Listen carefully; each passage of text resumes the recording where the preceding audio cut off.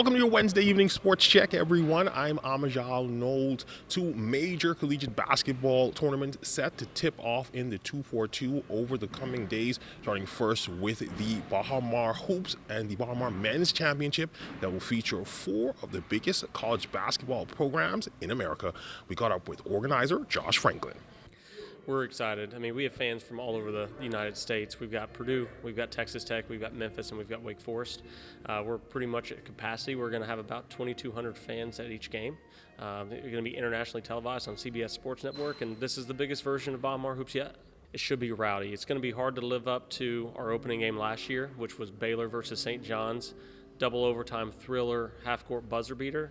Number one play on ESPN Sports Center.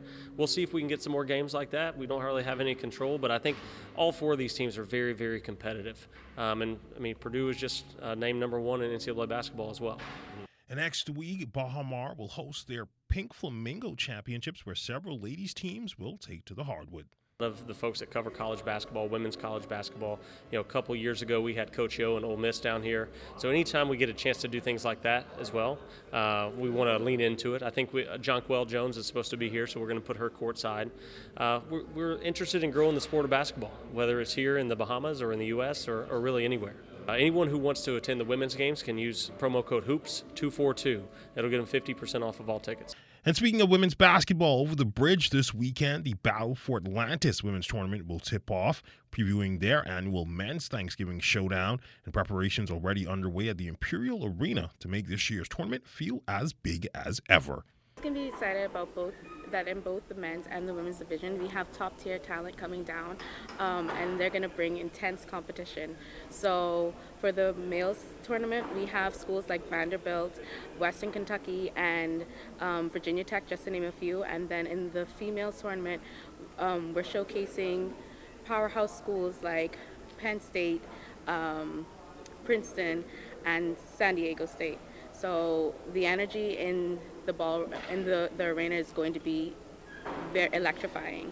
You're going to have fans that are pumped up and excited just to see their teams playing, and it's going to be like March Madness right here in November.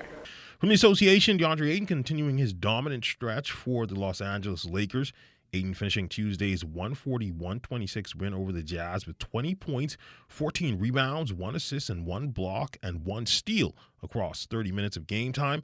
Ayton speaking post-game about his first time playing with LeBron James. Makes life easy, with his passion and his IQ.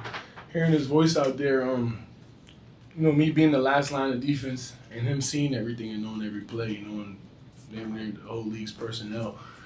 It gives me that, it enhances some of my abilities, being a defender and a rim protector. Knowing that he's the low man and, I can cheat out a little bit and help our guards and pick and roll a little bit more. So the confidence is there, especially when he's on the floor.